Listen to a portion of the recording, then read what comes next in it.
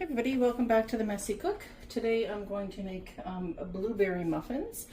This recipe can use to make blueberry, or you could do cranberry, you could do pretty much any flavor you want. I'm going to do blueberry because that's what I happen to have on hand. We could also do chocolate chip for this. You could do cranberry, maybe add a little bit of lemon in there if you want.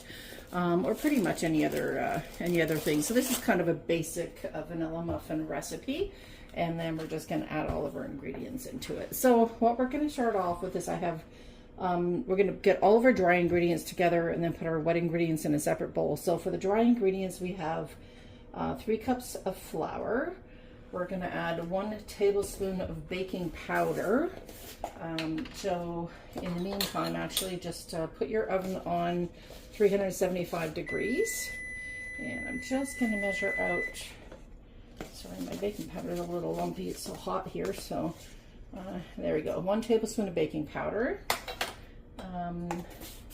We're going to use 1/4 teaspoon of baking soda. That helps give a little bit of lift to this. So let me get my quarter, there's my 1/4 teaspoon. I know it's a cornstarch container, but I reuse a lot of containers. 1/4 teaspoon of baking soda. We're going to set those, well, I'll set those aside over here for now. I'm going to grab my salt, and I think we're using a 1/4 teaspoon of salt as well. Yes, 1/4 teaspoon of salt as well for this. Now you can actually, I'm going to use about so 1/8 of a teaspoon, only because I'm using salted butter in this recipe. So if you're using unsalted butter, then do the 1/4 teaspoon. Otherwise, you're going to use just 1/8 of a teaspoon. Let's see what else. We can add cinnamon in too. I'm not going to add cinnamon, but if you like that, you can use it. That is basically it for our dry ingredients. So I'm just going to mix that together so it's nice and incorporated. And this is just all-purpose flour. You don't have to use cake flour or anything. I mean, you can if you want, but it's not necessary. Good old-fashioned all-purpose is just fine.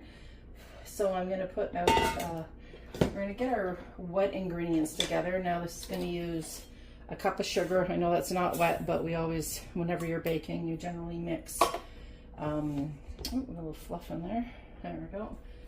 You generally use that with the butter and everything. So we're going to add in 1/3 of a cup of melted butter. So I'm going to add that in.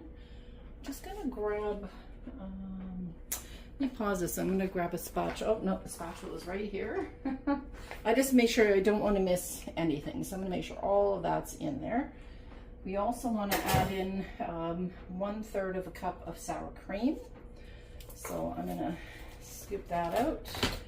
I'm just using a full fat 14%. You can use whatever one you want. If you want to use 0%, probably not as good because that fat does add flavor. So it's up to you, whatever percentage you want to use. That's what I use. So I'm going to use 1/3 of a cup of sour cream.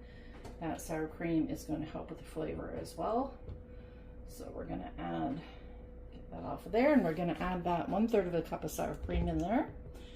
I also want to add in 1/3 of a cup of vegetable oil, or just a neutral oil. I wouldn't use olive oil because it has too much flavor, but you can use something like avocado oil if you like. So let me find my avocado oil here. Oh, that's peanut. And this one that's my avocado oil. I'm just going to use the same container. I'm going to pour out 1/3 of a cup of avocado oil, because they can use vegetable oil as well. I just think avocado is a better oil. I don't particularly like using seed oils if I can help it. So I've got my avocado oil in there. Let's see what else we need. Butter, flour, we need 1 teaspoon of vanilla. I'm going to use my homemade vanilla. And let's see here. 1 teaspoon of vanilla. You can use any vanilla you want. If you have nice vanilla, use that. If not, you can use the artificial stuff. It works just as well. So I'm just going to add that in. There we go. That'll give it a nice little extra flavor there. And I think, and 2 eggs. So I'm going to crack let me get this back up in my cupboard here. There, I'm going to crack my eggs into my 1 cup measure here. I just want to make sure I'm not getting any shells in there, and I'm not, so we're just gonna dump those in. And food waste for my compost, and there is my second. So I'm going to add that in. I'm going to grab a whisk, and I'm also going to get away all these ones that I used just for making sure they get washed up. So let me just grab a whisk and I will be right back. And I just realized that I forgot to add a cup of milk. That usually helps because my dough would have been awfully dry.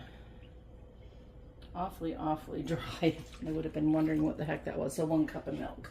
So total I have 1 cup of milk, 1/3 of a cup of sour cream, 1/3 of a cup of oil, 1/3 of a cup of melted butter, a teaspoon of vanilla, and 2 eggs. So we've got that there. What I'm going to do is going to mix this all together. You can use a hand mixer if you want, but honestly it's not necessary. You can just hand mix this. This comes together really quickly. So we just want to get everything incorporated. It literally takes just a couple of minutes. Like I said, if you haven't already turned your oven on, turn it to 375. The recipe here makes about 15 to 16 average size, just like a smaller, your regular size muffin. I'm going to do mine in a dozen and make it just a little bit bigger. I have my muffin pan aside here, which I'm going to get to in a moment. So now what I want to do, put that away, is I want to add my wet ingredients into my dry ingredients, and I want to mix this together, and I don't want to over mix it. I want all the flour basically soaked up and mixed in, but I do not, absolutely do not want to leave it over mixed. If you do, you're not going to get a good rise on your muffins. So these are done there. Get that mixed in. So literally, like I said, you can use a hand mixer. I wouldn't recommend it if you have a wooden spoon or just even a tablespoon, whatever you have, spatula, anything like that. We're just going to mix it in. We want to make sure all the sides are scraped down.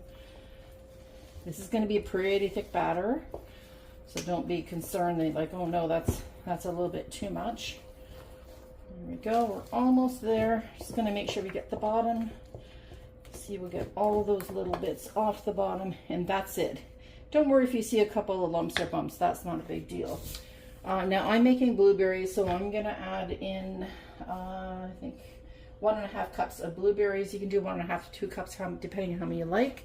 I'm going to see what I have. I think I have at least 1.5 cups, so I'm going to grab those and we're going to pop them in.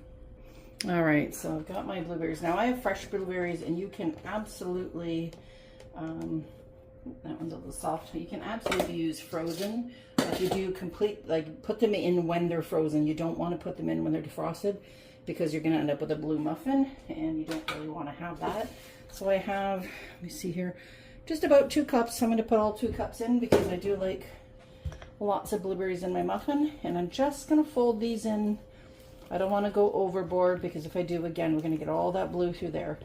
Normally, you'll know if you've made muffins in the past with something like this in it, like blueberries or chocolate chips. Sometimes you dust them in flour so they don't sink in. This batter is actually thick enough that you don't need to do that. The blueberries should suspend, at least in my experience they kind of suspended in the middle. So you're going to get them all throughout the muffin, not just, sunk to the bottom or floating on the top. So you won't have an issue there. Now what I've done here is I've got my baking tray, and I'm using these little sort of fluted baking cups. I've used the regular ones recently, and every time I do, they stick, which really bothers me.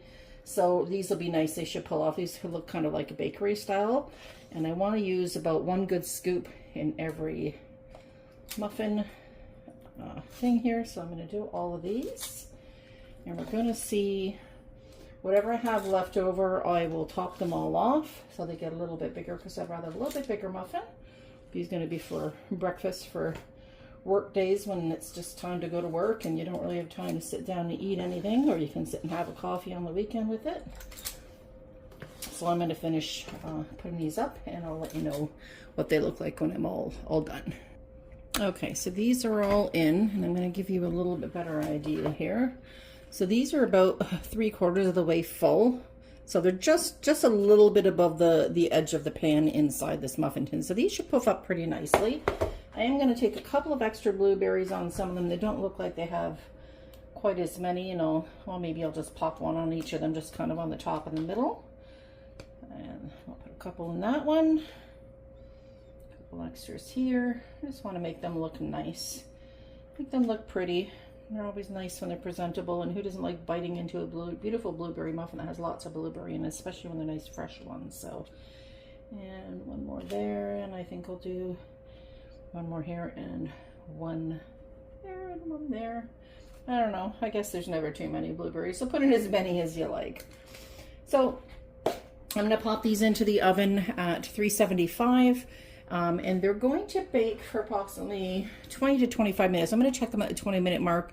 They may go more like 25 to 30, but I'll let you know how long it took for me to make 12 muffins. And we'll show you when they're all done. Okay, so these muffins are done and they're absolutely beautiful. Just bringing them out of the oven now.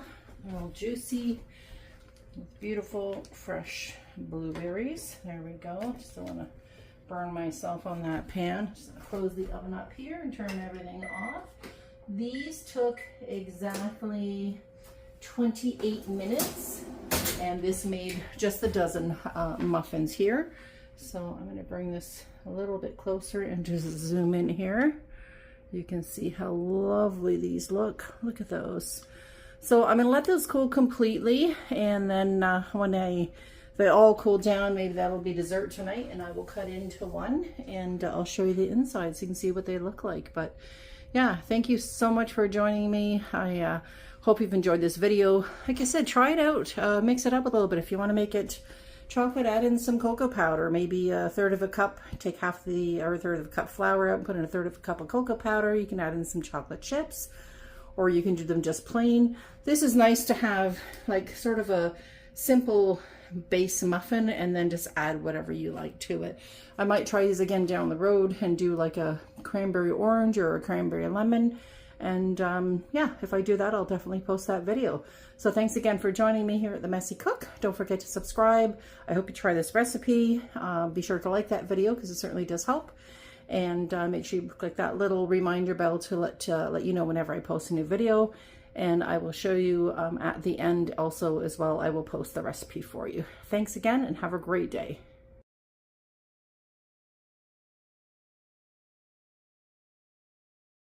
Okay, so these are all cooled off, and I'm just going to pull down. I'll put the link in for these cupcake liners because they're actually pretty handy. I'll get that out of the way. And I just want to cut this in half just to show you what the inside looks like and what the crumb is. There we go. So look at that. That's really nice. Super, super soft. And I'm going to try it and see what it tastes like. That's really good. Definitely try this muffin recipe out and tell me what you think. And again, thanks for joining. Have a great day, everybody.